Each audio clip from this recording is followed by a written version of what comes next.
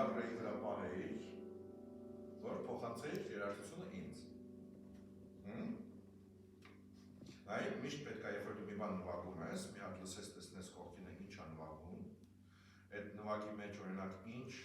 հնչյունային ֆիգուրաներ կան,